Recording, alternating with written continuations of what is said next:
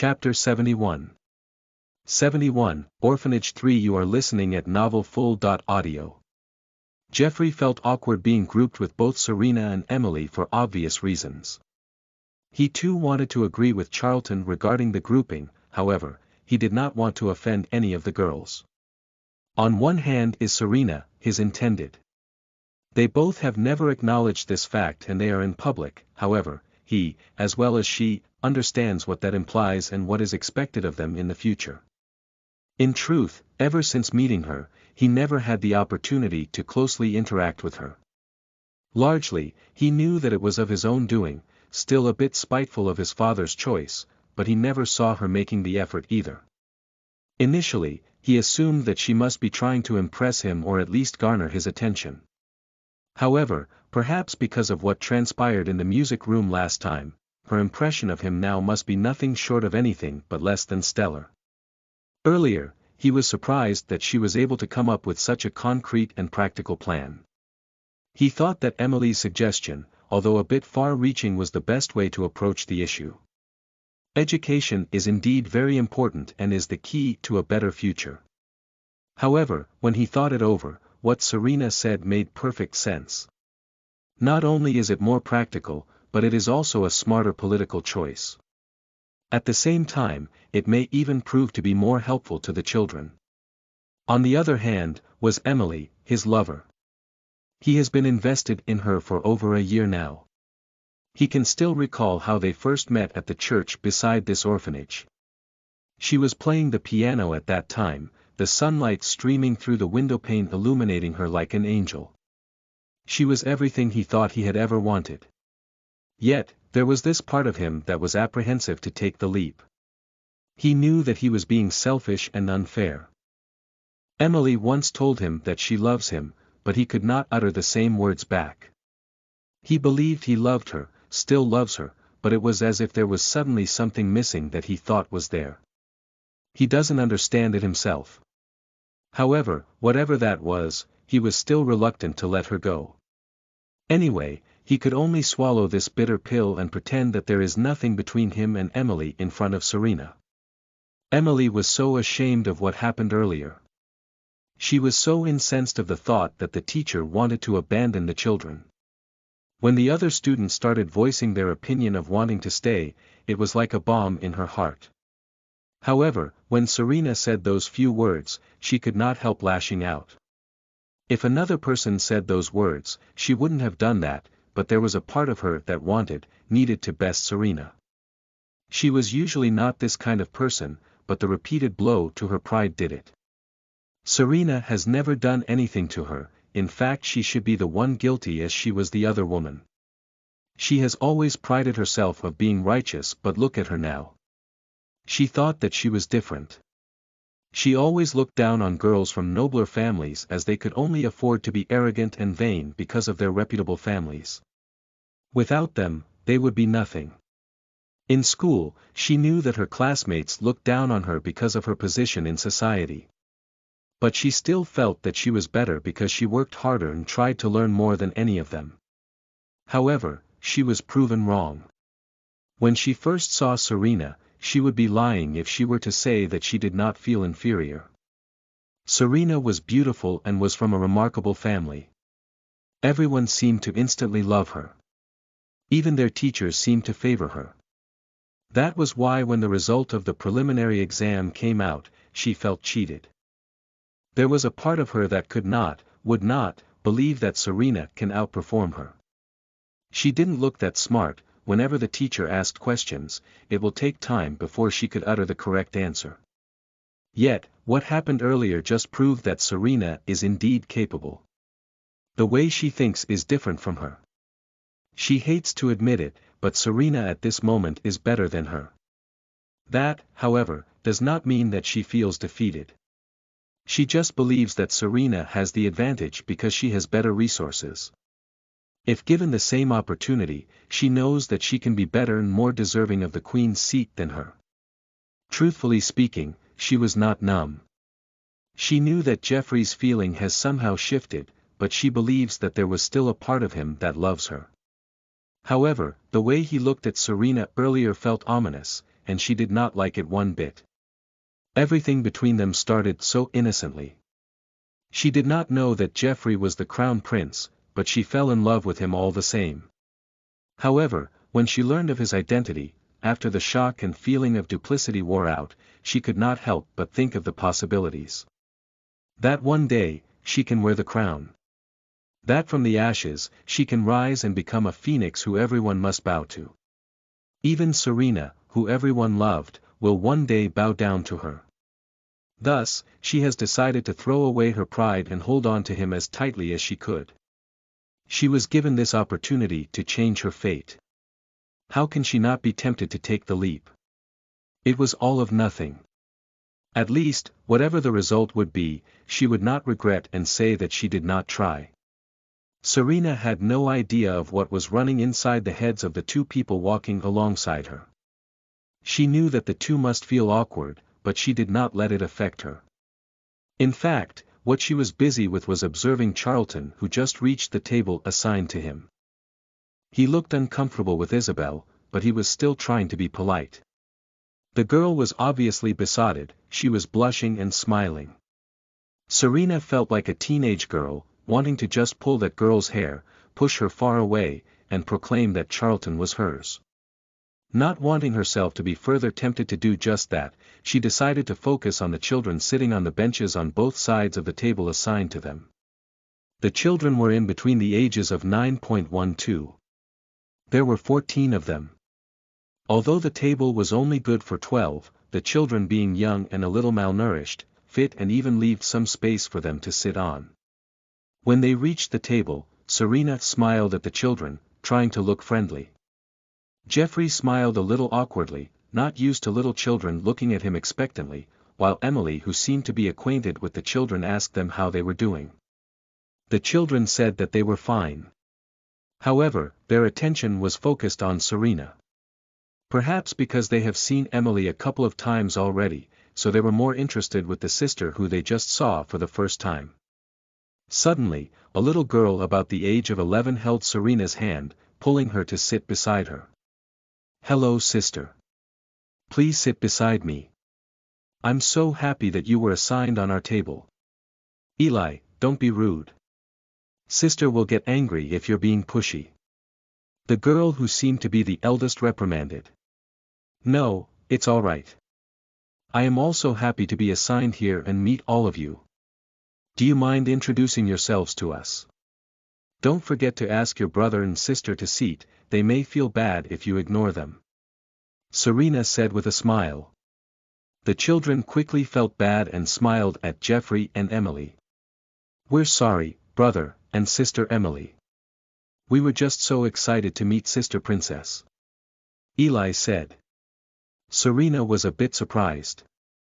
When did she become a princess? "It's all right," Geoffrey stated. "He has never been good with children anyway." "No worries, I am delighted to see you again, Eli," Emily replied. Then they started introducing themselves, starting with the girl who seemed to be their leader. In summary, there were 4 boys and 10 girls. Serena noticed that there were more girls than boys in the orphanage. Perhaps the reason was that boys were seen more useful than girls during this time, therefore, it was usually the female child that is abandoned first. "So, are you a real princess?" Eli, who was the most talkative and active child, asked Serena. Curious, Serena asked, "What made you think so?" "Well, you have hair like gold, then blue eyes, and are very, very pretty. Like the stories teacher Lala read us about. I have never seen anyone more pretty than sister," Eli answered. Then the other children also nodded. Serena laughed. She was glad that these children were still innocent despite their circumstance. Not wanting to spoil their excitement, she nodded along. "Yes, but that is a secret. If they find out that I'm the princess, the dragon will come and take me away." Then she started regaling them about the tale of the sleeping princess and the dragon. The children oohed and awed in endless fascination. "And then? Did the prince manage to wake the princess?" a boy named Pete asked. "No, he didn't. Because how can it be true love's kiss when they only met once?" Serena laughingly said. Why does it have to be the prince who is the true love's kiss? Sister, I love you now. If you sleep, I will kiss you and wake you up. Eli said, convinced with her own words. Serena shook her head, still chuckling. She felt like she was hoarding all the attention, but it's not like it was her purpose to make Jeffrey and Emily just sit on the sidelines. It was the children who kept asking her to continue with the story. She understood that children at this age were like this. They tend to be selective of who they find entertaining, not really understanding how they make others feel. TBC. Chapter 72. 72, Orphanage 4. You are listening at novelfull.audio. If Jeffrey still thought of Serena as just the attention-seeking lady he initially thought she was, then he could just go bang his head. He could no longer deny that he was wrong about Serena. She did not seek attention, but rather, she commanded it. The first time, in the music class, he can still say that she did it on purpose. There was no need for her to volunteer to sing the song she composed herself, but she still did. At the wedding, he cannot say that she tried to win her way to the hearts of those elderly people because, truthfully speaking, there was no benefit in doing that. The reason why she was the center of attention should be because she had the political backing and position to be catered to. But now, with the children, being capable of holding their attention and keep them hanging on each and every word she says, it was safe to say that she truly was born for this. She outshone anyone who dared stand beside her. Even he, the crown prince, cannot compete with her brightness. For the first time, he saw her in a new light. She was not as bad as he thought she was. Despite his relationship with Emily, he could not deny that Serena intrigued him. A part of him felt proud that she was his, and another wanted to know her better. Perhaps one day, they may even have an amicable relationship. At the very least, they can treat each other like guests under the same roof. He can see her potential, the great queen and ruler she could become. They will be a force to be reckoned with. She will be a great political tool and ally, and it doesn't hurt that she was every bit beautiful. Emily felt a bit out of place.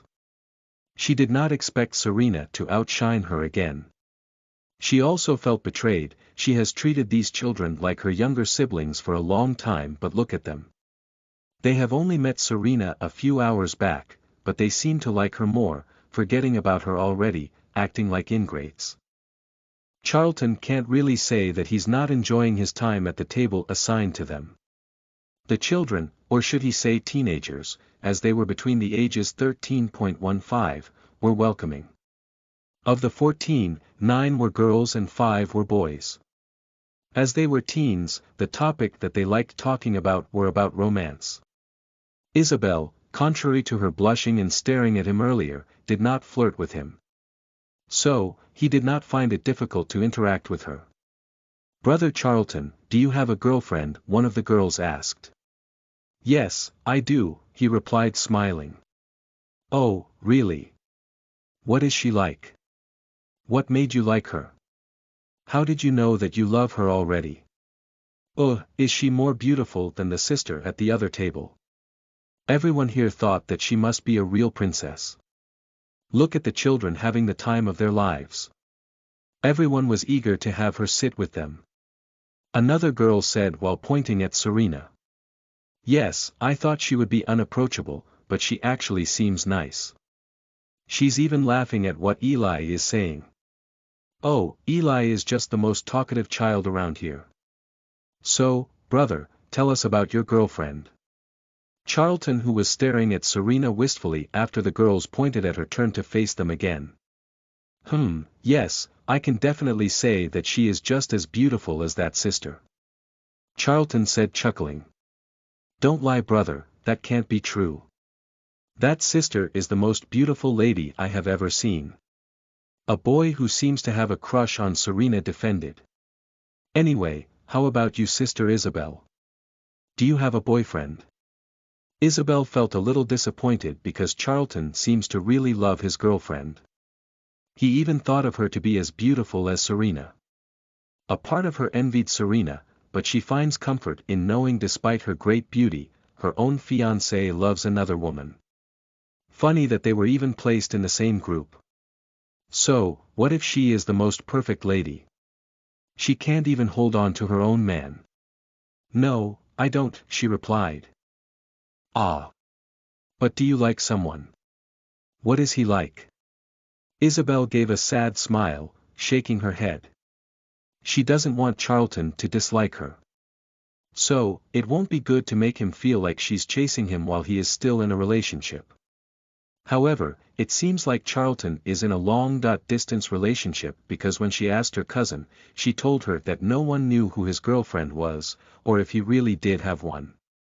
So, she may still have a chance, given that they are now given more chance to interact, he may grow to like her. I do like someone. He is handsome, kind, smart, and loyal. However, he already has a girlfriend, so I'll just keep admiring him from afar. Ah, that's so sad, but that's alright sister, someday, he might see how beautiful and nice you are, a girl supported. Thank you.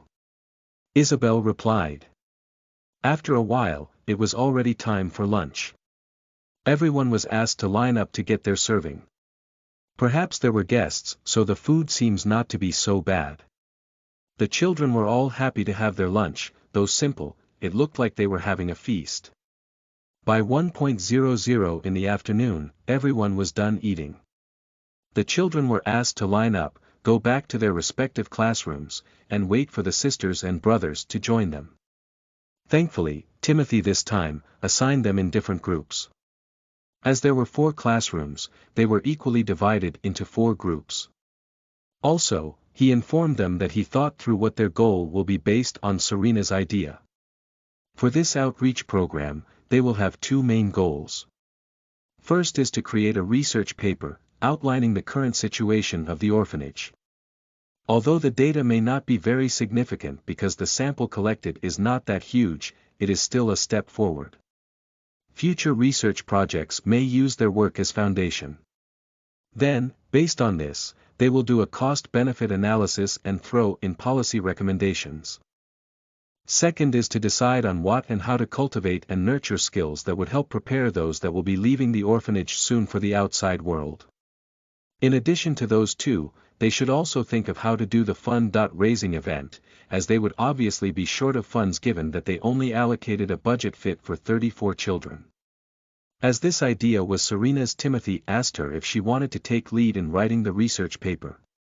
It was a testament on how much Timothy trusts her ability, and it would be good because her name will be imprinted on that research which he believes will be a push towards a political movement.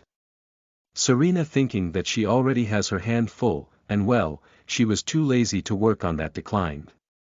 However, she said that she will be available for consultation. Then Jeffrey volunteered himself to take lead in writing the research paper. He wanted to make up for his blunder. Timothy nodded in agreement. Then he asked her which role she wished to partake in. Serena said that she doesn't want to partake in any lead role as she was just a first-year student. She will be happy to share her ideas though. Thus, in the end, they were divided in this way. The lead for the research was Jeffrey, the people to assist him in this work were all the sophomore council members.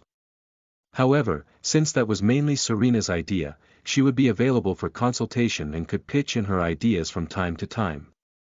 The lead role for the skill cultivation for the older children was given to Artemis, and to help him were all the senior students. For the fundraising, everyone, even the volunteers, were asked to cooperate and contribute.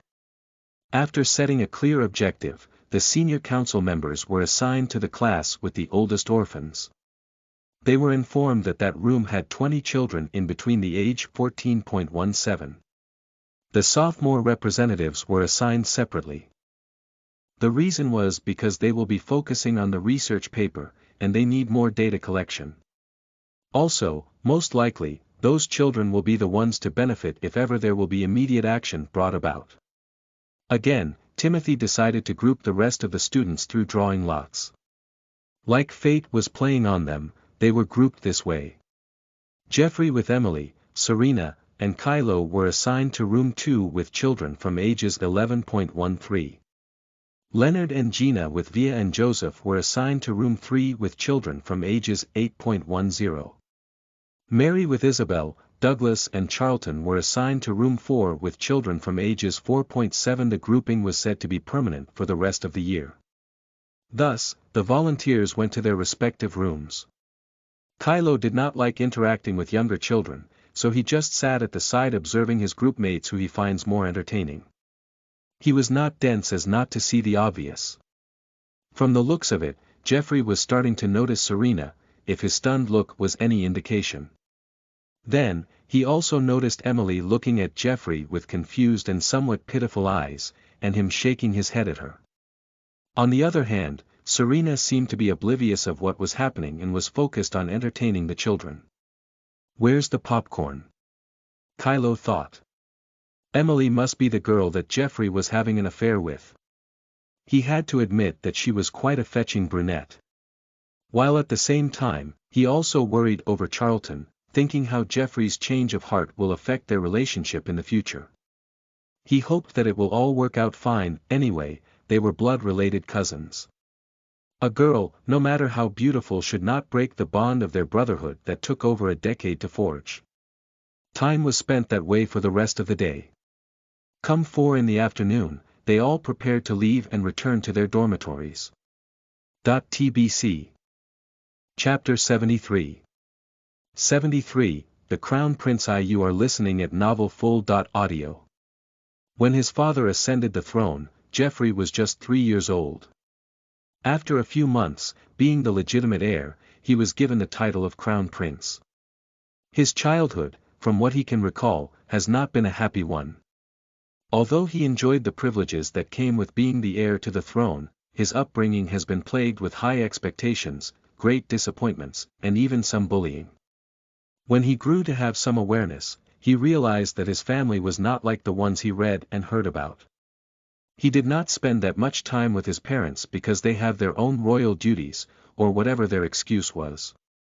However, whenever he did, they were mostly not pleasant. His father, the king, often belittled him. He would tell him that he was too soft, that he was too lacking, not smart enough, not skilled enough, and other kids could always do better than him. Even when he achieved the best scores in school, it was always never enough. But he thought with some consolation that his father was just like that because he expected more from him. However, that did not mean that it did not hurt. Jeffrey was not a tough little boy at that time. He has been quite sensitive and did not really take criticism lightly. Whenever his father would tell him those words, he would feel like his heart was being prickled and he would cry himself to sleep. Yet, the next day, he would wake up and tell himself to do better, to be better so that he can meet his father's expectations. Only to find out, that again, he would be called a disappointment. That cycle was how it has always been all through his childhood, that one would think that he has become numb to it. His mother, the queen on the other hand, was not any better. Coming from her own mouth, she told him that the only reason that he was able to be the crown prince was because she agreed to accept the mistress of his father to be a second wife. She was hot and cold to him. At times, she would tell him how much she loves him, that he was her only light and hope, that she expects great things from him. That she would always protect him and be on his side, but he should also keep working hard because with his half-brothers, the battle for the throne will soon commence. Then the next, she will tell him that he owes everything to her. She will remind him that his position was only given to him because of her sacrifice. Then she will hit him, telling him that he was just like his father, that he would become an ingrate and abandon her later. As a child, he did not understand why things were the way they were. However, as he matured, he realized that the marriage between his parents were purely political. That perhaps, he was treated the way he was, because he was not made from love. Yet, despite all these, Jeffrey persevered. Instead of hating his parents like every other petulant child, he strived for their affection. So starved of love was he, that he interpreted all those hurtful words as their effort to make him a better man. When he graduated as the valedictorian from Allegheny and returned home to enter the House of the Lords at the age of 18, he hoped that things would become different. That somehow, his father would give him a pat on the back and tell him, "Well done," then look at him with pride. But again, he was bound for a disappointment. Instead, his father told him that not because he was able to enter the House of the Lords meant that he now has a voice. That he should not let his insignificant achievement get to his head.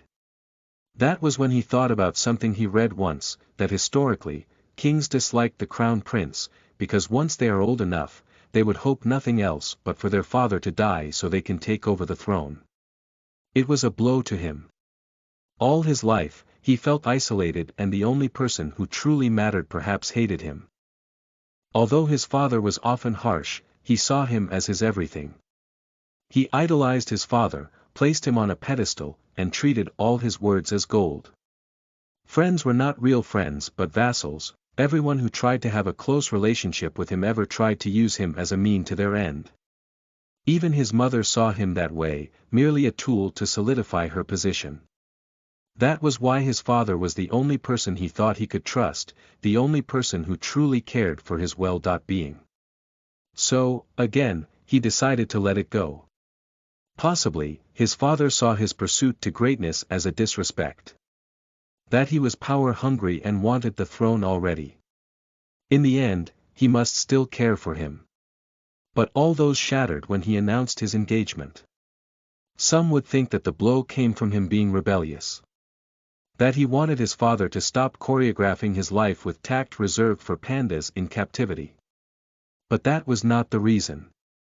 What hurt him the most was the fact that his father was just like everyone else. He used his marriage to secure an alliance with Duke Maxwell. He was aware that the funds of the treasury needed replenishment, but he did not think the solution would come with his father selling him to the highest bidder. As a young adult, he understood that he was bound to a duty, to an obligation, that the privilege he was enjoying came with a price. However, the optimistic child that longed for love still lingered within him. Unlike his forefathers, his engagement has not been decided at a young age.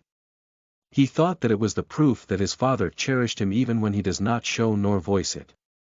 That he was giving him control for that part of his life, for he knew that a political marriage will not lead to happiness. He would have accepted the engagement, even feel honored about it, only if his father consulted him. But like a puppet without any opinion, he did not even give him enough consideration to at least pretend to give him a choice. Thus, when he found out, he felt so forlorn that he uncharacteristically ran away the next day. At that time, he didn't know where his foot led him. He knew that there were guards tailing him wherever he went, but he pretended that at that moment they did not exist. When he reached the church and went inside, that was when he first saw Emily. She was alone and playing the piano. Her eyes were closed, and the light filtering through the window pane made her glow like an angel. She was playing Chopin's Nocturne Op. 9 No. 2, and it somehow calmed his raging heart. Then, she turned to look at him, told him that he was being rude. He did not understand how he offended her as they were in a public place, but it was the first time that someone has been so candid with him.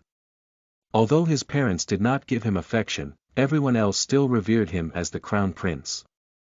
He checked just to be sure, but she really did not seem to know his identity, and somehow it made him breath. It made him comfortable. She was a little tactless and prideful, but at that time, she was what he needed. After that day, he was the one to reach out to her. He just wanted a friend and she seemed to be a good candidate. So, after a while, their exchange of letters began.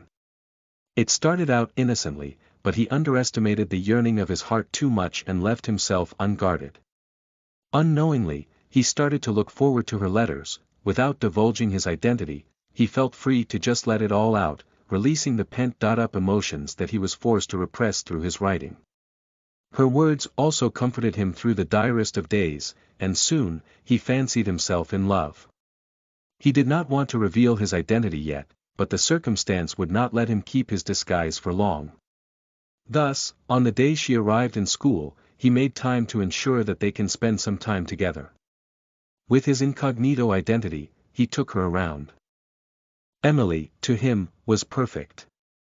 In their letters, she was this righteous girl who was a little heroic and prideful.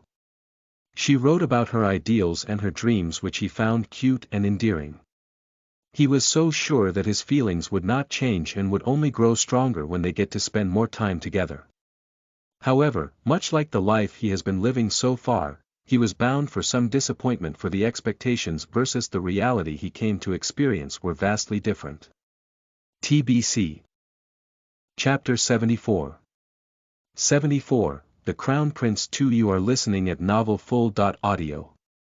When Geoffrey's identity was revealed to Emily, he expected that she will be reluctant to forgive him. He knew that she was a bit prideful like that. Since he was at fault, he took the initiative to lower his ego and apologize wholeheartedly. When they were paired up in music class, it gave him the opportunity to continue with his apologies. He wanted her forgiveness not only because he thought he loved her, but because he considered her as a special friend close to his heart. Like any other matter in his life, he tried to repress his emotions, for although he fancied himself in love with her, he was still bound to an obligation. So, during their rehearsals together, he never initiated to voice his real feelings. He kept his silence and tried to treat her with utmost care and respect. When she told him that she was already willing to forgive him, it made him very happy. At the very least, he got his friend back. However, the next time that they meet, she would tell him that what they were doing was wrong, as he was already an engaged man. He wondered if she knew how much her words affected him. How, with just mere words, she was able to twist and turn his heart. He could not understand the whole cat and mouse charade that she played. So, in the end, with her provocation, his patience completely worn, he just burst and let it all out. That was when he admitted his feelings for her. When the rejection came, he was ready to walk away, to let go. It was her who pulled him back. He knew that it was wrong, but a part of his heart was with hers, so he was tempted.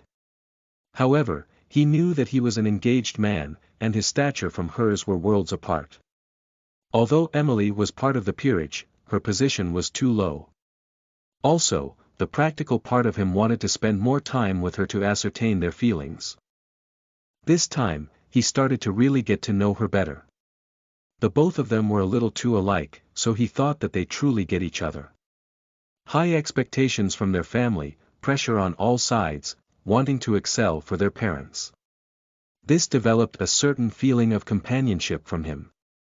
That desire of wanting to be there for her because he understood how lonely it was to be alone. It felt wonderful, the feeling of being needed, and for once, he reveled in it. Yet, as time went on, things changed, more precisely, his feelings for her changed. If he were to point when it began, he would say, after the preliminary exam results came out. He understood that she worked so hard to get the marks she received, but she was unsatisfied. He does understand the feeling, but he was not stupid as not to read between the lines. He understood where the insecurity came from. What he didn't like was her blaming someone else because she failed to get what she wanted. It made him remember his brothers and all those he surpassed who thought he did so just because of his position. If she was saying that Serena only bested her because she was who she was, then what does that make him? Does Emily also believe that all of his achievements were only because he was the crown prince? This was when the seeds of doubts regarding Emily's sincerity came to be. He often wondered, was she with him because he was Geoffrey? Or was she with him because he was the crown prince? He wanted to laugh at himself for thinking too much. Not knowing what to do next, he lowered his pride and talked to his cousin. Although his father, for some reason unknown to him, hated the Duke of Suffolk and warned him against getting too close to his son, he uncharacteristically chose to ignore it. Charlton was a nice chap, and he could say that he was one of the few people that he considers close to his heart. He was not only a friend, but his family. During his younger days in Allegheny, he had fond memories because of him, Kylo and Leonard. There was even a time when they were inseparable.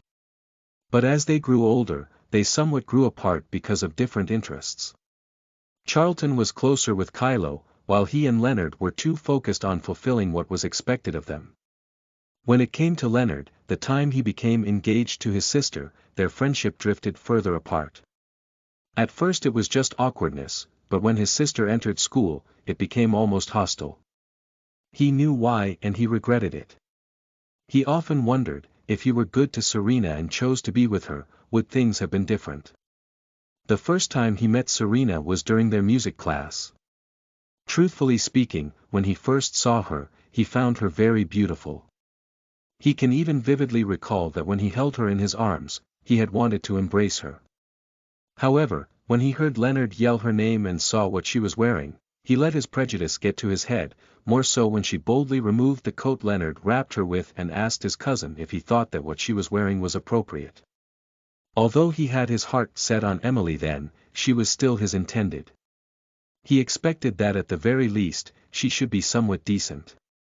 At that time, he felt ashamed of her.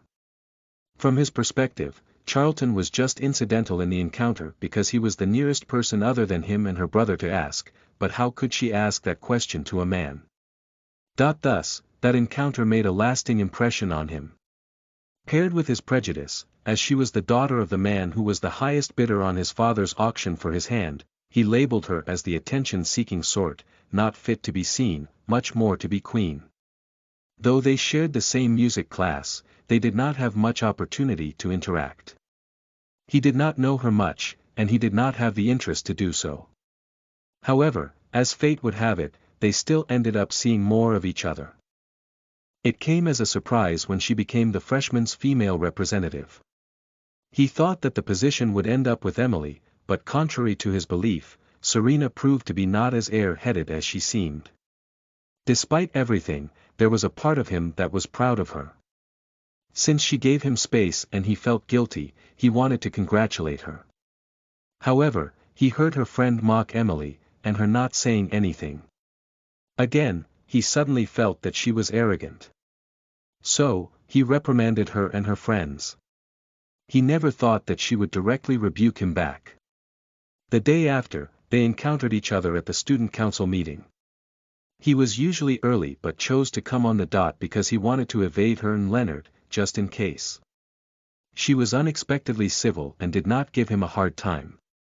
He thought he would need to give out an apology, but it seemed like she doesn't need it.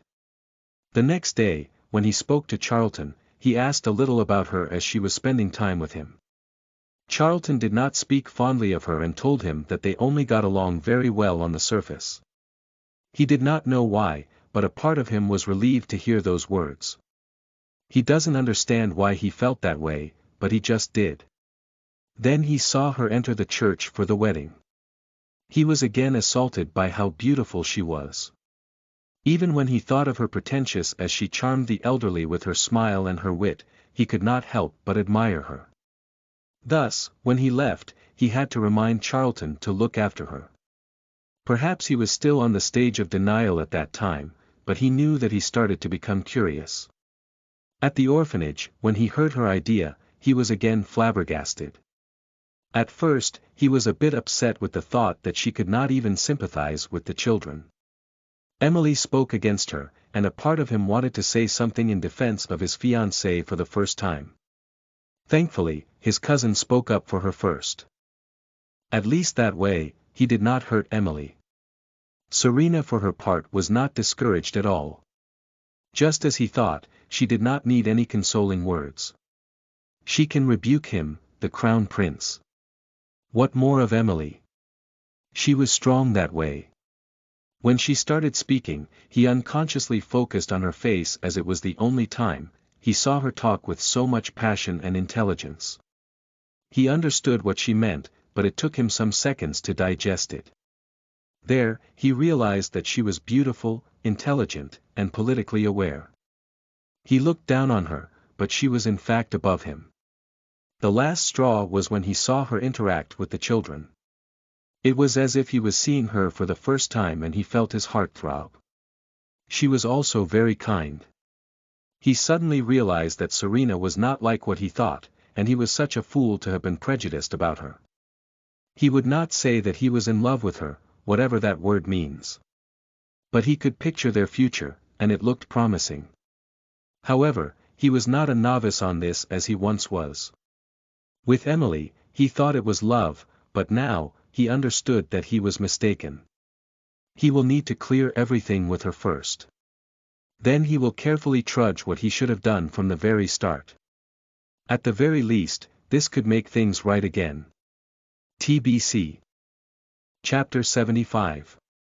75, The Female Lead. You are listening at novelfull.audio. Why? What have I done wrong? Emily asked Geoffrey as tears fell from her eyes. Geoffrey can feel his heart being wrenched.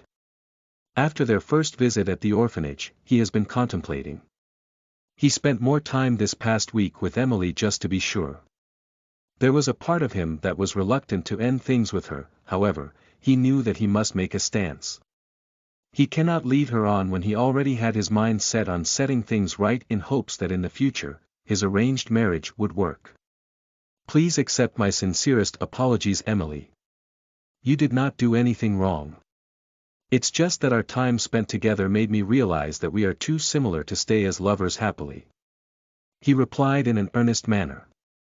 So that's it. We have only been in this relationship for more than a month and you're already giving up on me. On us. Did I ever mean anything to you? She said in anguish. Geoffrey bowed his head, not meeting her eyes. He had a lot to say, but he did not want to hurt her than he already has.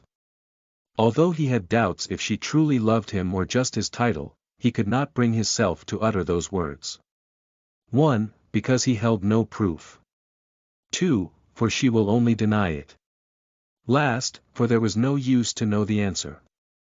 What is it you don't like about me? I can change. We have been corresponding for more than a year. I have loved you even then. Did it mean nothing to you? It meant a lot to me, Emily. But what? You regret it. Or maybe you look down on me. No, I don't regret any of the time we spent together, and I don't look down on you. In fact, I think so highly of you. You are a good person and deserve so much better than what I am and will be able to give you. Emily wanted to say more, but she knew she will not win this battle. Not when she knew that she was so lacking in comparison to Serena. She was not senseless as not to realize this was coming.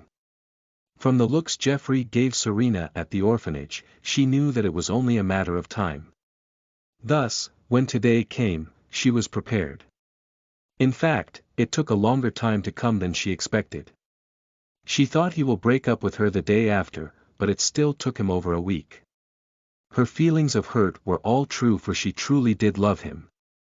However, it was not as pure nor innocent as it once was. If it was, she would have pushed and slapped him already. Yet, she did not do all those. She just cried, appealing to Geoffrey's sense of pity. She knew tears worked best on him. Do you no longer want me in your life? Emily, I'm truly sorry. There will always be a place for you in my life, just not in my heart. Please, stop crying, you're making this more difficult than it already is. Geoffrey said as he wiped Emily's tears. Emily nodded her head. I understand. I know I was at fault too. Perhaps this was what I deserve. I have pressured you to enter a relationship with me knowing that you already belong to another. It was just that I fell for you so deeply because you were the first person to have so much faith in me, to give me so much support. I am sorry too. Geoffrey felt that he really was the worst. I entered a relationship with you because I also wanted to. So, stop blaming yourself. Besides, although we can't be lovers anymore, we can still remain as friends. I will continue to give you as much support that you need. Please.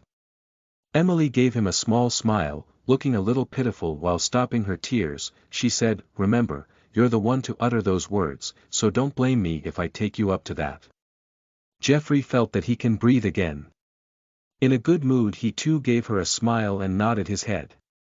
Emily went back to her room in a bad mood. Although she did expect the break-up to happen, she was still disappointed. She slammed the door behind her to close it. Hey! "Do you mind?" Her roommate Jean, who was woken up because of the loud bang, reproached her. Emily, not wanting to talk, just ignored her. She did not open the lights and just laid straight on her bed. She looked at the shadows playing in the dark, the four corners of her shared room suffocating her and leaving her dissatisfied. She was raised in a family with 5 children. The eldest child with 4 younger siblings, wherein the youngest was the only boy. Everything was fine at the beginning when her mother was still alive. They lived a frugal life, but they were happy. However, that all changed when she passed away. Her mother was the one who used to manage the finances for their home and family. When she was gone, although Emily was the eldest, she was but 8 years old. Their father, not knowing how to manage his income that seemed to be so little in comparison to the number of mouths to feed in their house, was lured to the gambling den to try his luck and double his money.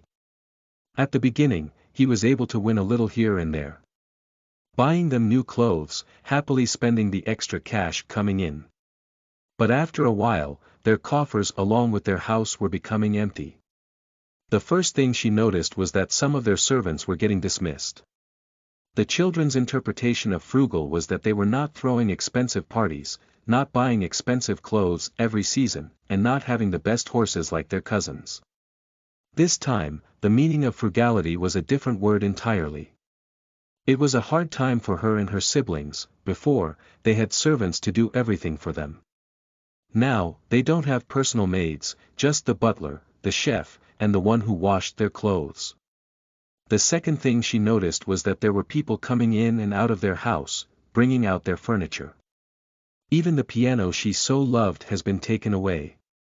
She hated it, but she was old enough to understand what was going on.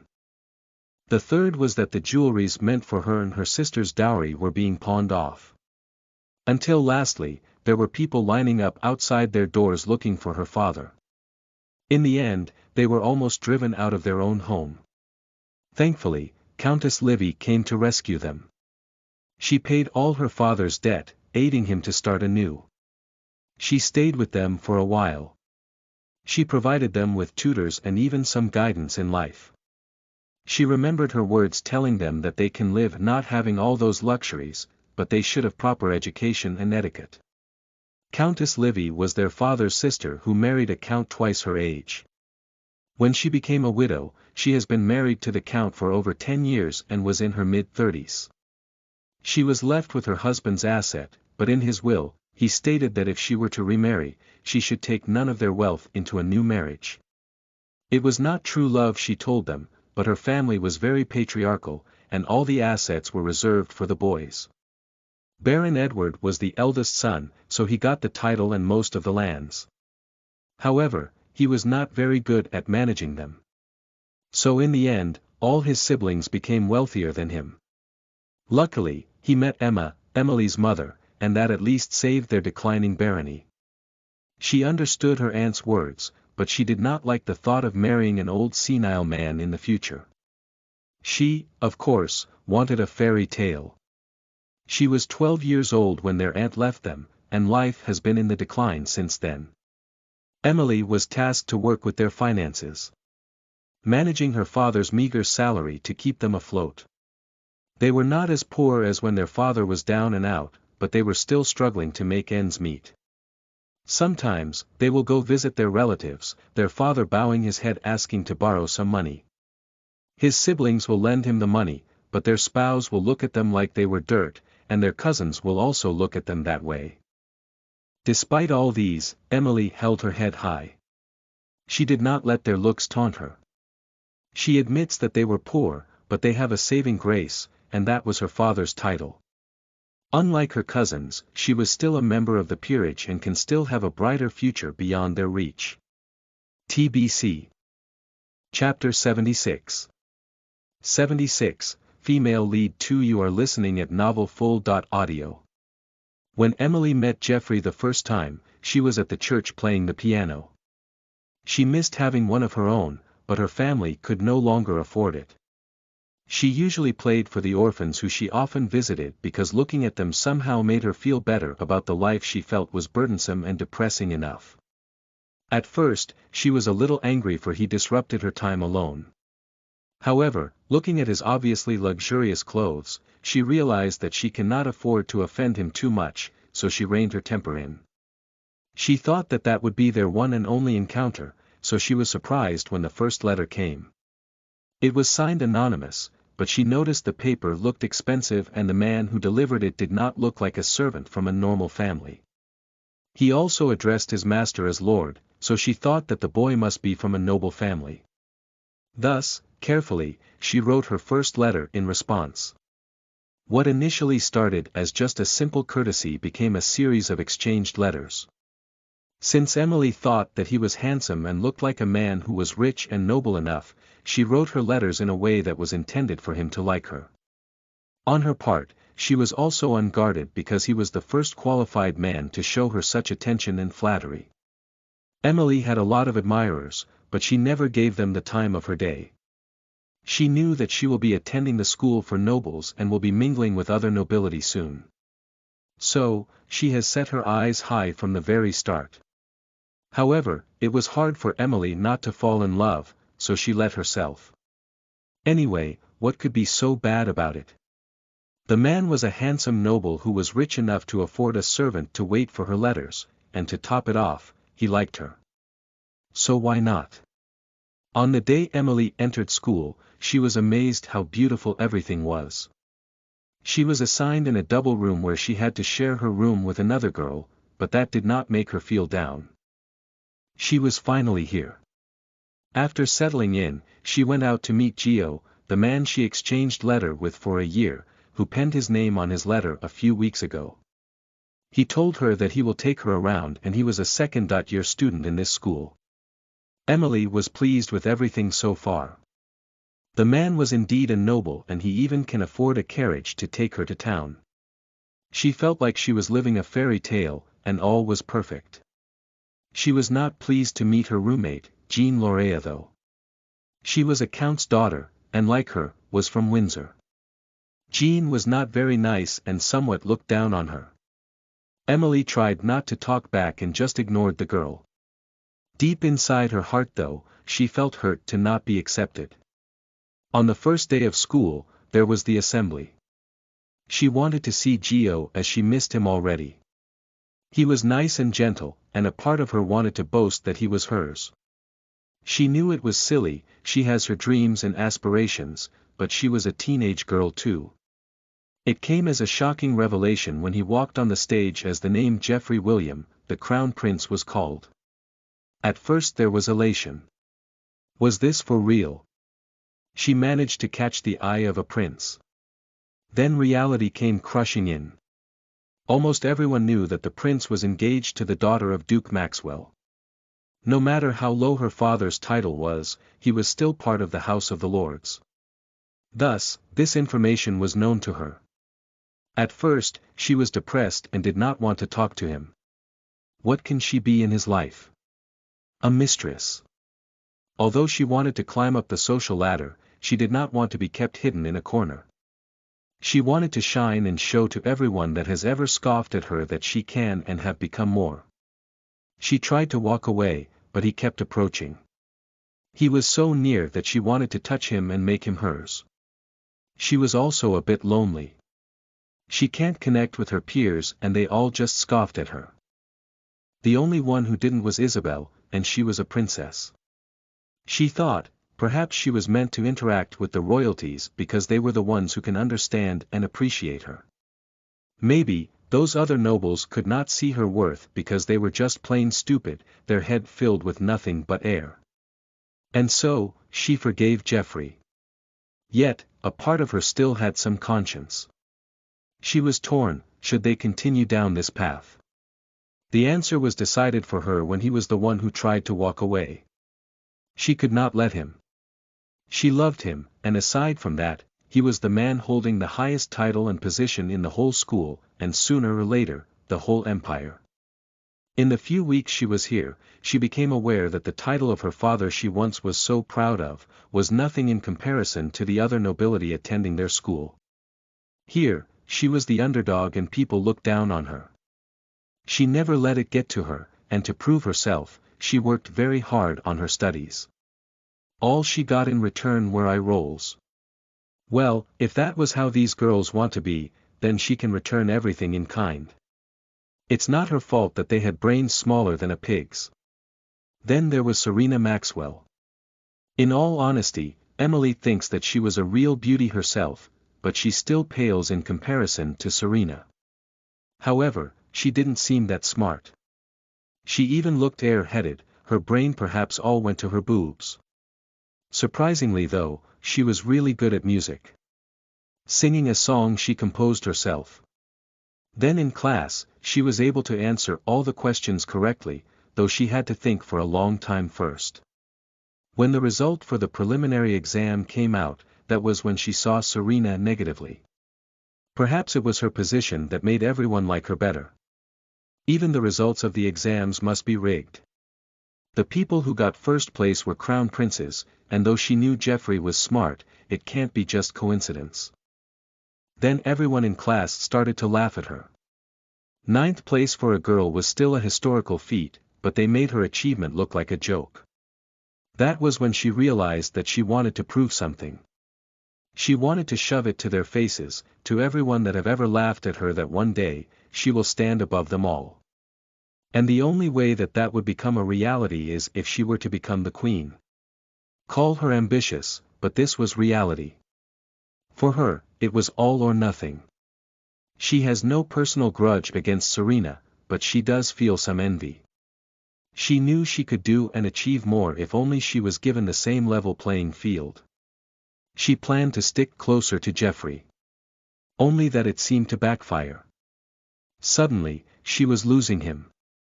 When they were at the church during the wedding, she saw how Jeffrey looked at Serena, and her heart was filled with jealousy. That was why at the orphanage, when Serena voiced her opinion, finding the opportunity to admonish her, she lashed out. Only to be slapped on the face because Serena's idea was better than hers. She kept in her mind how Serena humiliated her that time. Then she saw Jeffrey giving Serena that look. She was not numb, she already knew that she lost him. However, she was not easily giving up. Serena may be better than her now, but she knew that she could and will catch up. With a clear mind, she had a purpose. She wanted to become better than Serena. Therefore, when Jeffrey chose to break up with her, she was prepared. The pain and hurt she felt were all real. But she had to keep her emotions in check. From the start, she already decided to keep him close and let him see how she will become better. Maybe, she will be able to make him fall in love with her again, no matter how stupid that sounded. She has nothing to lose. Besides, she was not doing this for him, but for herself. Worst comes to worst, she would still gain a powerful ally. He would become king one day. Might as well use him for all he was worth. TBC Chapter 77 77, Start of a Friendship. You are listening at novelfull.audio. Alright. Again, please take note that our school service will be waiting at the same time and place for tomorrow's visit. If there is nothing else, then the meeting is adjourned. Jeffrey said as he dismissed everyone. When everyone stood up to leave, he suddenly called Serena. Serena was a bit confused. Did Jeffrey just call her to speak with him of his own volition? She sat back down contemplating, as the other members looked at them with knowing eyes as they left. She noticed that he has been a bit friendlier as of late. Last week in their music class, when he passed by her, their eyes meeting on their way to the music class, he nodded at her as a greeting. The next day in their student council meeting, he again gave her an acknowledgement.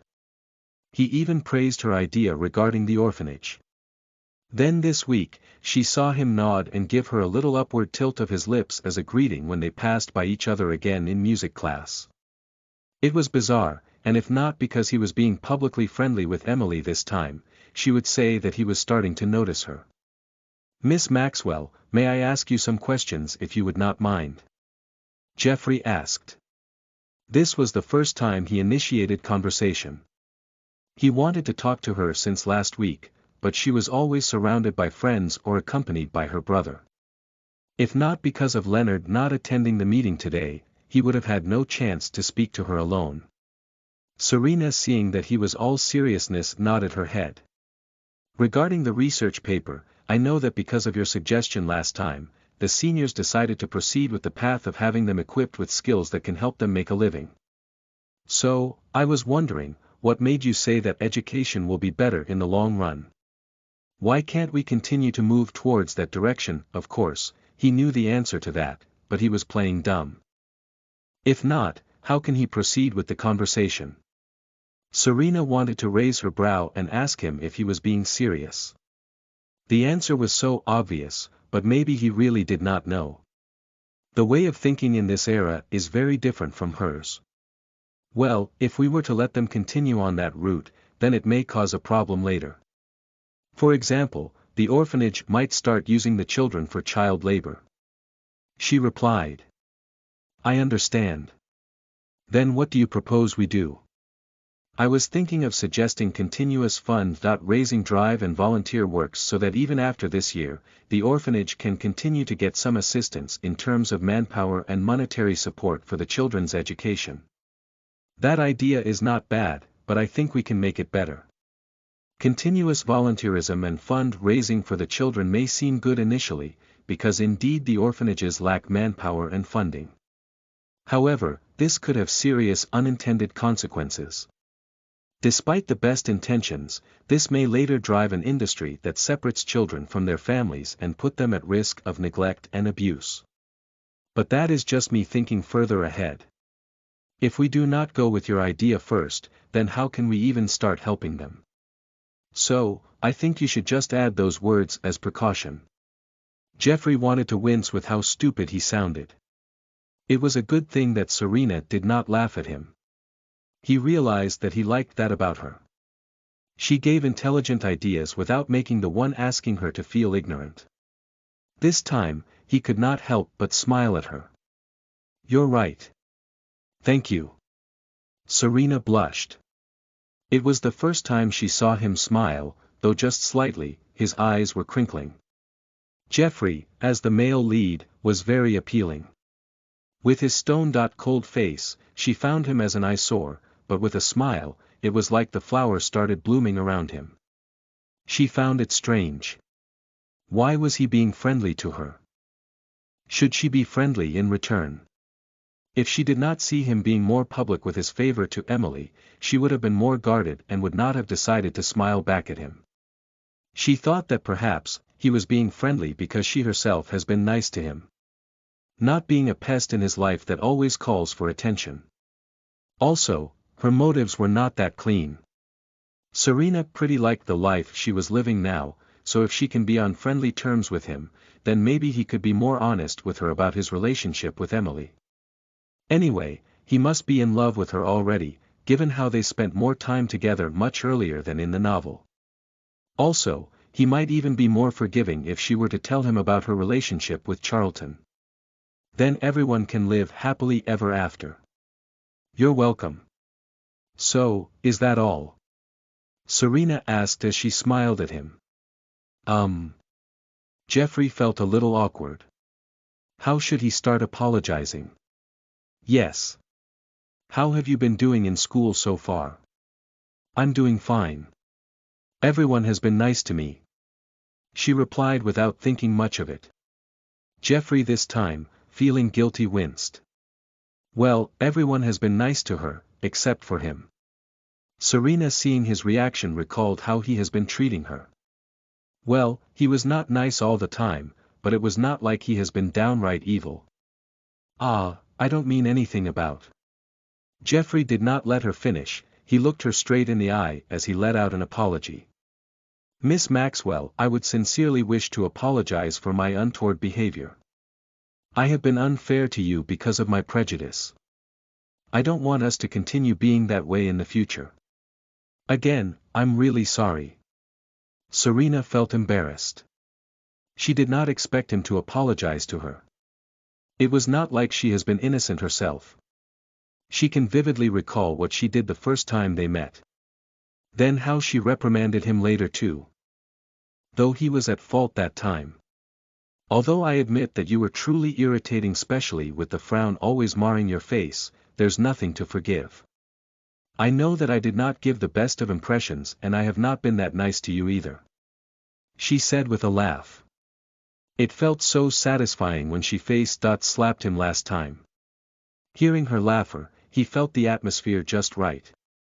So, he smiled and continued, I insist to ask for your forgiveness. I don't like the way things have been between us, and I also swear not to act that way in the future. All right. I forgive you, but you must forgive me too. I admit that I have been unfair to you too. However, if you act like a douche again, don't blame me for returning everything in kind. Jeffrey chuckled, yes, you are forgiven, though I know everything was my fault. And yes, do feel free to censure me again in the future if I were to be an ass. Ha! I never thought that your highness can utter such unrefined word. She joked, finding the situation funny. She never even thought that it would be possible for them to have a civil conversation. But look at them now. This time he could not help but laugh. He never thought that she could be humorous. Stop calling me your highness. Just call me Jeffrey. We're friends now, aren't we? He asked tentatively.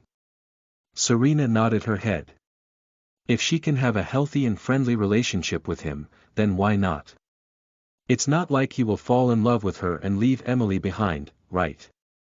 Besides, if he had such intention, he would have mentioned their engagement in the first place.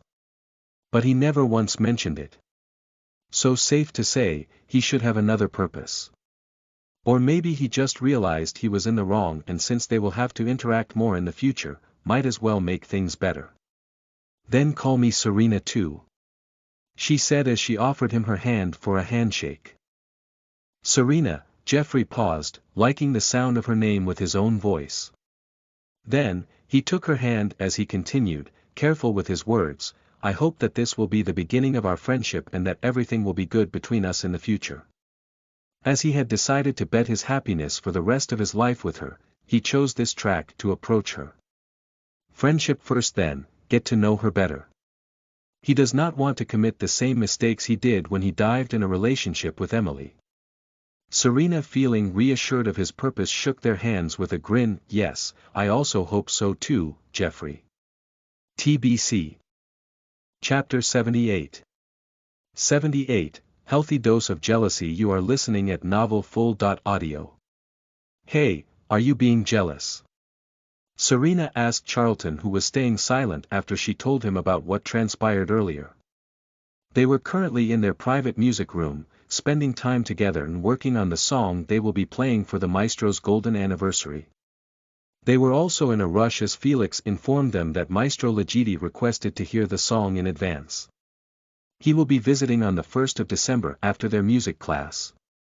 Ah, well, it was strange that Jeffrey would approach you like that. Also, Charlton didn't know what to say. Yes, he was indeed jealous, but what could Serena have done in that situation? Don't be.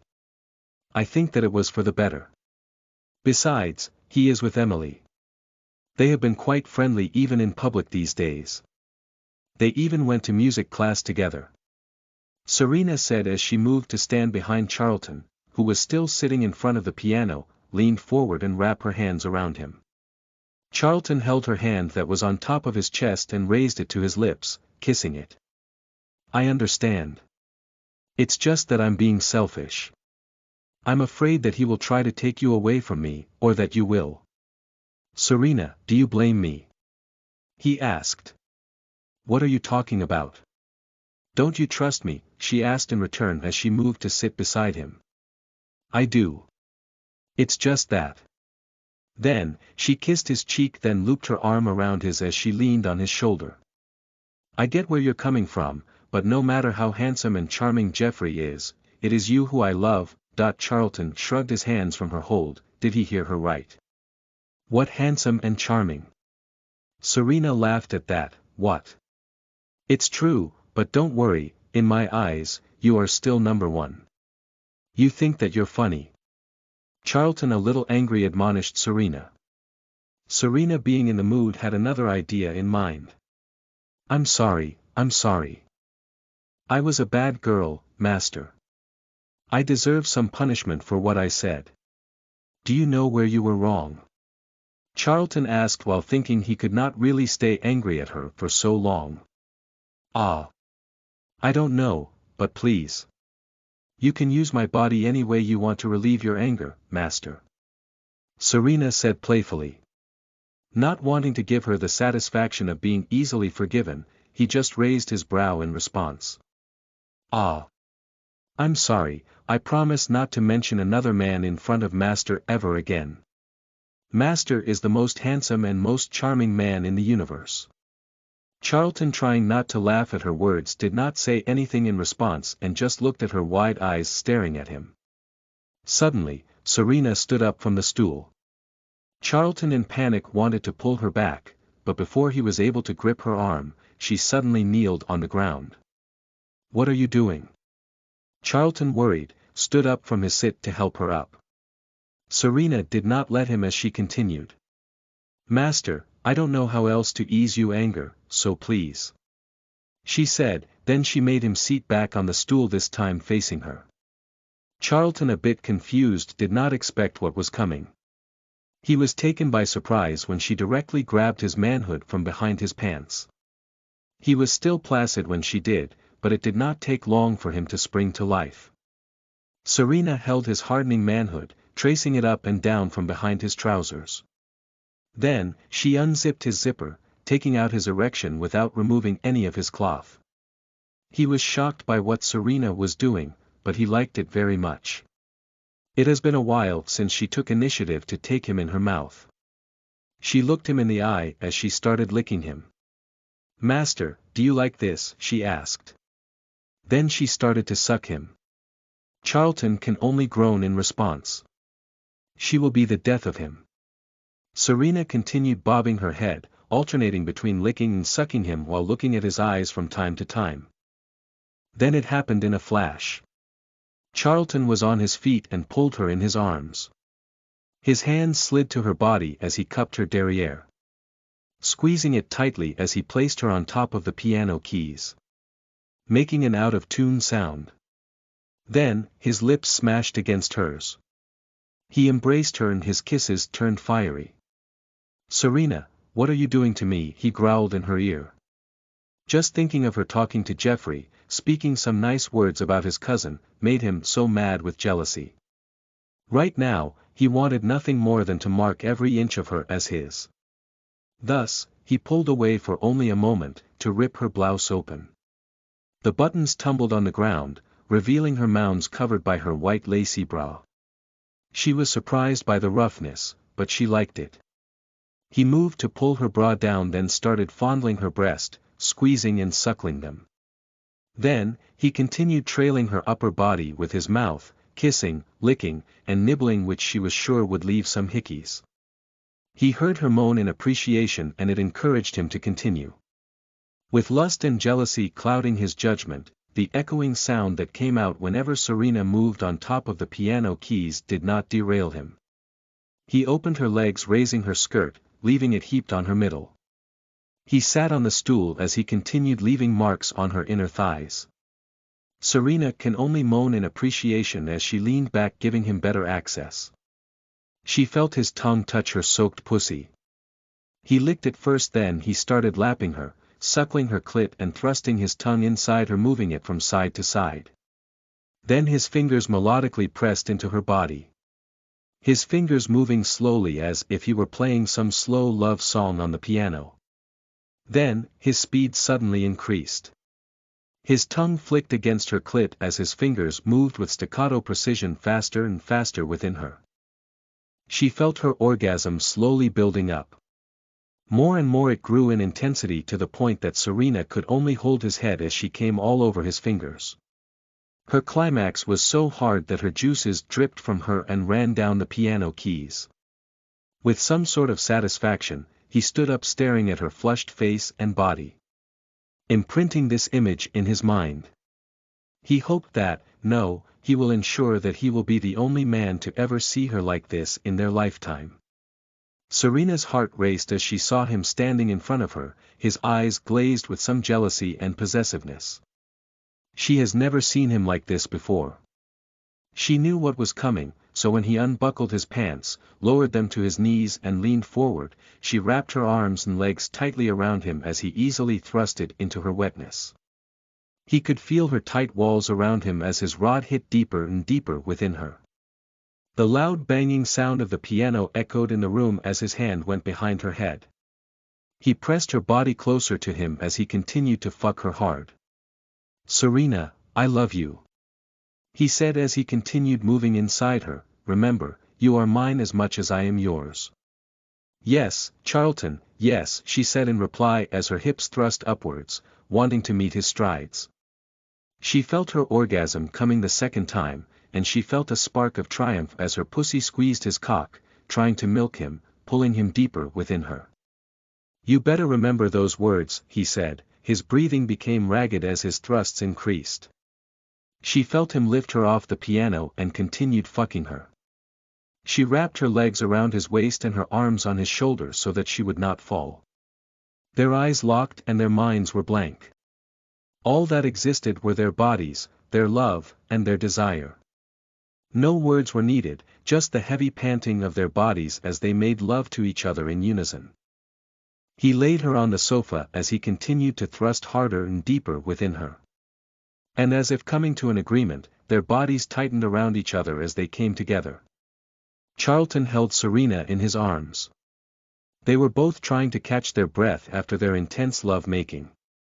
Suddenly, he felt her shoulders shaking as she started giggling. "Why are you laughing?" he asked. "I think I should make you jealous more often," she said between her laughter.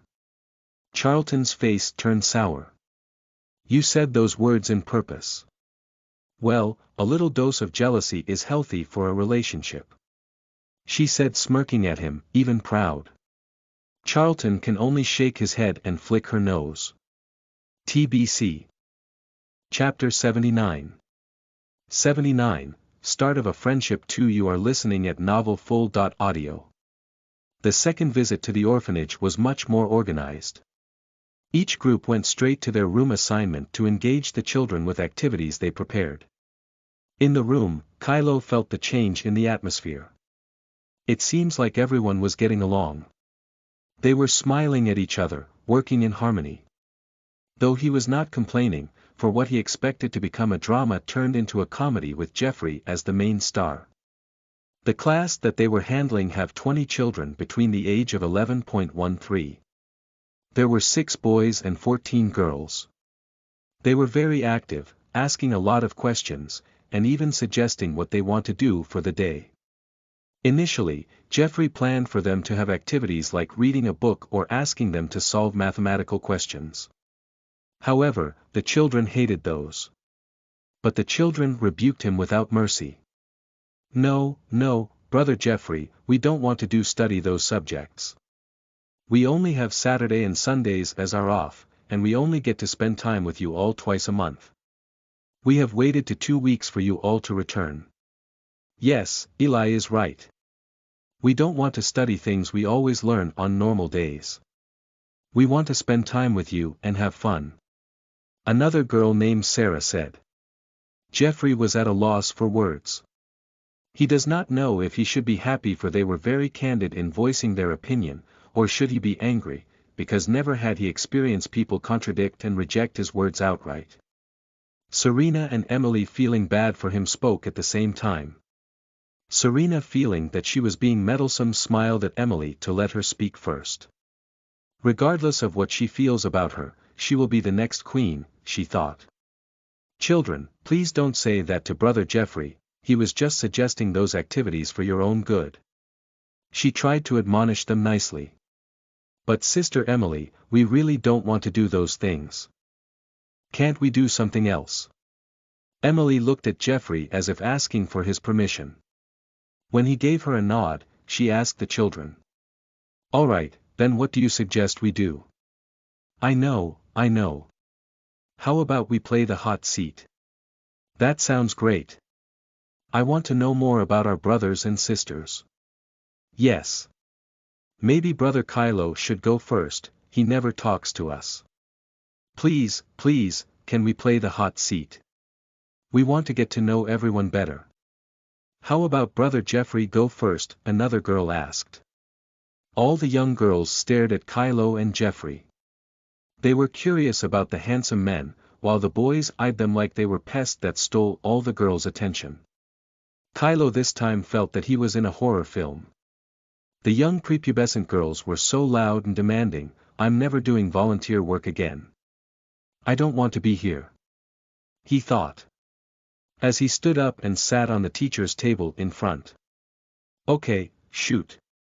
Do we need a timer? He asked. No need, Brother Kylo, the rule is, everyone gets to ask one question. You can only say pass 3 times. Kylo nodded his head thinking, might as well get this over with. What's the worst that they can ask? I'll go first. Brother Kylo, do you have a girlfriend? A young girl, he estimated was about 12, asked him. No, he replied. Then the young girls started cheering. My turn, my turn. Brother Kylo, are you an albino? Kylo furrowed his brow, no, and my hair is silver. The questions went on, some nonsense, and there was even a boy who asked if he were still a virgin, to which he proudly answered no. Then it was Jeffrey's turn. Brother Jeffrey, have you very kissed a girl? Jeffrey's face immediately turned red as he said pass. No. My Prince Charming already kissed a toad, one child screamed. Emily felt her brow twitch but kept silent. Then a boy who finds him irritating because of stealing all the girls' attention asked, do you think you're so cool and handsome? Jeffrey said pass again, the boy harumphed while Serena and Kylo chuckled secretly. Will you marry me? Another girl asked as she batted her eyelashes. No, he replied without mercy, making the young girl cry. Are you a virgin? Another boy asked. Well, he is, but he's not answering that. Pass. Are you really the crown prince? Yes. Do you think Sister Serena is very beautiful? Pass. No, you can't say pass. Remember, you already said pass 3 times, a girl bellowed. A moment of silence filled the room. Jeffrey sighed but answered, yes. Then all the girls cheered and high-fived. They felt like their ship was sailing. Serena blushed, although she only saw him as a friend, it was still flattering to know that he found her beautiful. After that, the questions were filled with nonsense and finally, Jeffrey was able to stand up from the seat. When it was Emily's and Serena's turn, the questions were tamer. They only asked, what's your favorite color, what is your favorite flower and the likes. Perhaps the only notable question asked to Serena was if she found Jeffrey handsome, to which she answered a pass. Not that she didn't find him handsome, that is, but she rather not answer for she does not want him and Emily to get the wrong message. Then it was the children's turn. After a while, everyone was done, and it was time for lunch. Food for lunch this time was much better than the last. The student council provided the meal as not to put too much burden on the orphanage's expenses. When Serena placed her tray on the table and sat on the bench, she was given a view of Charlton entering with his own groupmates. She noticed that he was walking with Isabel, who kept on talking to him. She saw that he was being polite while keeping a certain distance. Good for him. Then, her view was suddenly obstructed. Jeffrey sat in front of Serena as he placed his tray on the table. Is this seat taken? Serena was surprised but shook her head. He smiled at her, then began by saying, I'm sorry about what I said earlier. I hope that it won't make things awkward between us. She had no intention of giving him the wrong impression, so she did not act all shy. Since she considered him just as a friend, she just shook her head and grinned. No problem, it's not like you said anything which I don't already know. Jeffrey chuckled with what she said. If it were like before, he would have reprimanded her. But now, he just found it funny. He did not find her arrogant but confident. Then they were joined by Kylo and Emily. Emily for her part did not act all jealous. She just acted cordial and ate her meal in silence. Charlton saw Geoffrey sit in front of Serena. Although he did not like it one bit, he could not do anything about it. They were in the same group, so interaction between the two was inevitable. All he can do was trust Serena. Besides, Geoffrey did admit to him once that he was seeing Emily. Based on Emily's facial expression, it doesn't seem like she minded what was happening. It was unlikely that she would not react negatively if her boyfriend were blatantly pursuing Serena while she, his girlfriend, was sitting with them. Isabel followed where Charlton was looking at as he did not answer her question. She saw him looking at Emily, so she could not help saying, "Ah, that's my friend Emily." As if trying to remind him of something. "Oh, is she the same person you told me about in our first meeting?" "Yes." "Ah, so, is she still seeing that guy with the fiancé?" Isabel doesn't really know, but thinking that Charlton was more interested in her friend than herself, she could only say, yes. It seems like the man will be breaking his engagement with the other girl for her. I feel bad for the girl. I know I am Emily's friend, but I don't really agree with what she's doing. Charlton felt as if a weight was lifted off his chest. So, he smiled at Isabel as he nodded his head. Yes, too bad for the girl. After lunch, the children were more behaved. Serena and her groupmates proceeded with Geoffrey's initial plan. They had some activities which purpose was to help them assess the current academic level/standing of the children. The results made them figure that although the children were 11.13 years old, they can barely read. Simple math was difficult for them too. Geoffrey furrowed his brows. He did not expect that it was this bad. It would be quite difficult for them to direct the children towards an academic path. Not only because of their current level, but also based on what happened earlier. Most of them were just not interested. When they were about to leave, Serena saw Geoffrey writing on his notebook disheartened. Kylo went ahead saying he needed some air, and Emily, who they were waiting for, was still in the comfort room. Taking pity on him as she understood his predicament, she gave him a comforting smile and said, "Don't let it get to you. People have different talents and interests. Also, this group of children have not been exposed to the idea that education can bring them a lot of benefit in the future." He smiled back, her words making him feel better. "Thank you," he replied. "Anytime." TBC. Chapter 80. 80. Friends noticing you are listening at novelfull.audio. Hey Serena, what do you think of Geoffrey and Emily coming together in music class? It has already happened 3 times, if they enter together again later, that would be the 4th time. Giselle asked with concern. Although her friend was seeing Charlton, Geoffrey was still her fiancé. Ugh, yes, and that Emily is like rubbing it on everyone's faces. That she's very close with the crown prince. Don't you notice her acting all high and mighty in class? It's so irritating to see her face. I just want to. Berg. It's not like she will be the future queen. Doesn't she feel ashamed? Millie seconded.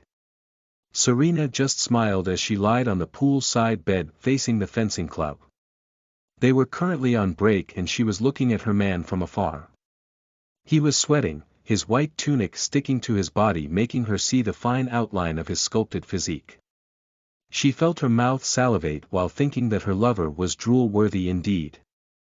Giselle and Millie followed where her eyes were glued to and saw Charlton practicing with Kylo. Ah, they both blushed. Who can blame Serena to be so absent-minded?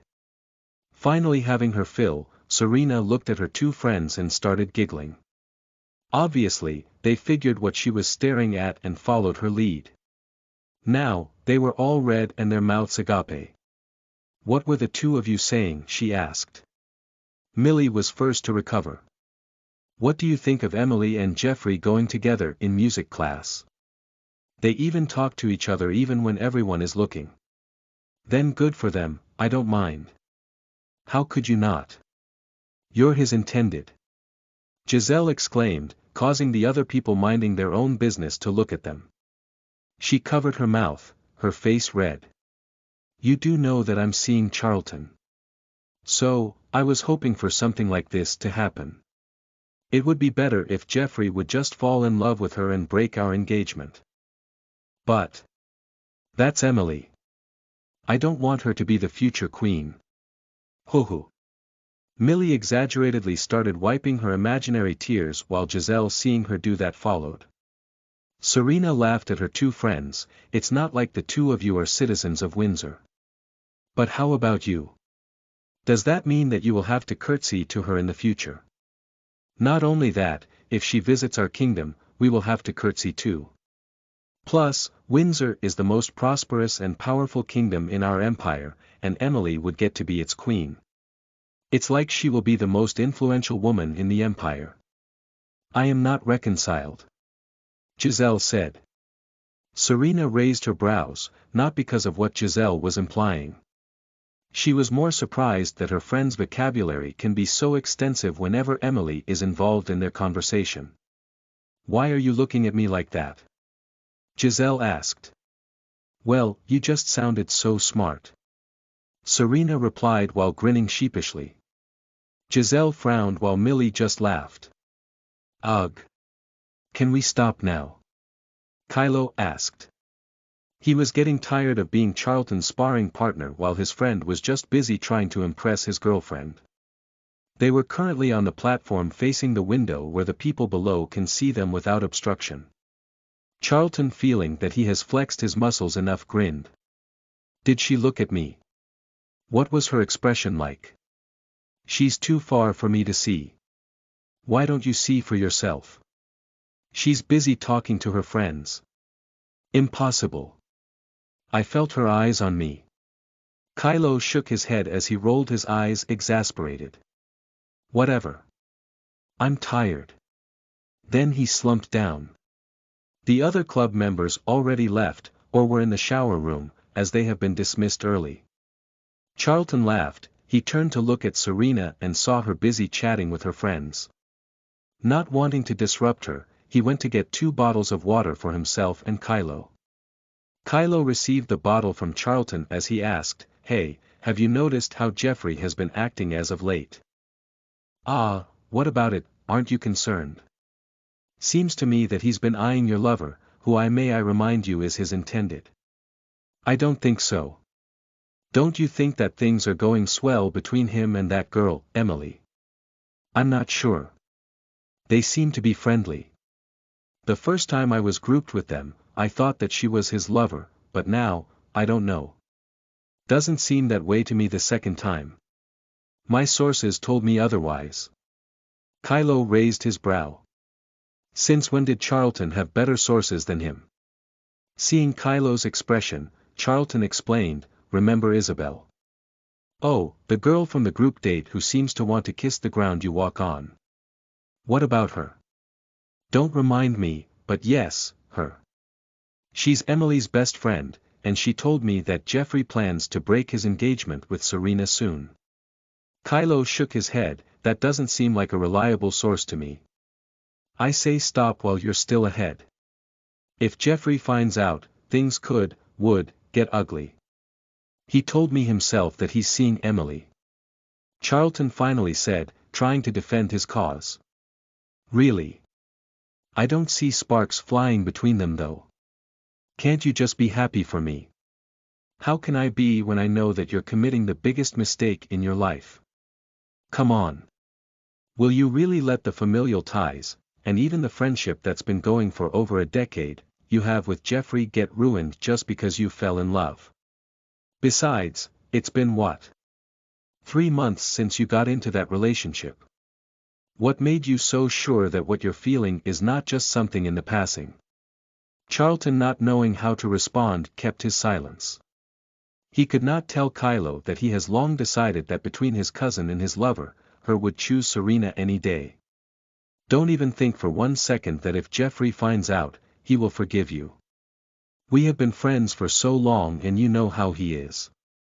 I know. Kylo, seeing Charlton being melancholic, sighed. Anyway, what you both have right now is time.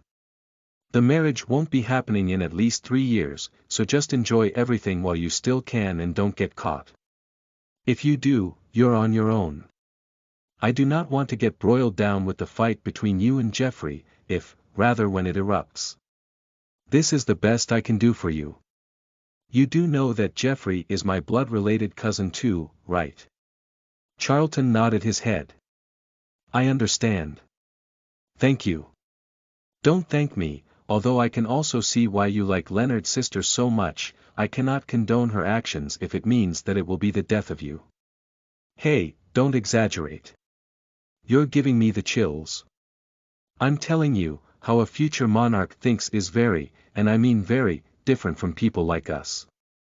I have no doubt that my brother will kill me if he becomes suspicious about me vying for the crown. Are you? Of course not. Why would I do that? I'm just giving you that example. Charlton laughed. Kylo, I'm not even qualified to vie for the crown, I just want Serena. I will even help Jeffrey in the future. Kylo just shook his head. Whatever he says will not get through Charlton's head. He knew that his friend has already been too blinded by love. He could only hope that by some miracle, everything would turn out for the best. After taking a shower, Charlton and Kylo went down to wait for the girls. The 5 of them have been having lunch together from time to time. When they reached the canteen, they sat together on a long table, Serena in between the 2 girls, Charlton and Kylo in front of them. By the way, the ball is fast approaching. It's now the 1st of December. Serena, we should go shopping for our gown. Giselle began. Yes, then Serena, I would also like your help. Remember you said that you will help me alter it, please. Millie requested with her puppy dog eyes. I think the more important issue at hand is if you girls already have a date. Kylo, ever the ladies' man, suggested as he wiggled his brows. The 2 girls have long since thrown away any feeling of infatuation for him. Although they were friends, he was such a sexist and felt like all the girls would fall for him just because he's slightly good-looking and was a prince. Rolling their eyes, they ignored him. Serena, does your brother have a date already? Millie asked with a red face. No way. Serena, you should like me better. I want to be your real sister, so please help me ask him out. Giselle, who was sitting beside Serena, said as looped her arm her. Serena laughed at the 2. She knew that Leonard was a fine catch, so it did not come as a surprise that her friends liked him. What's so good about Leonard? He's always so serious and... Kylo could not continue seeing Leonard walking towards them along with Via. Seeing his tall and slightly muscular friend approaching, he had to admit with some reluctance that he had been defeated. TBC.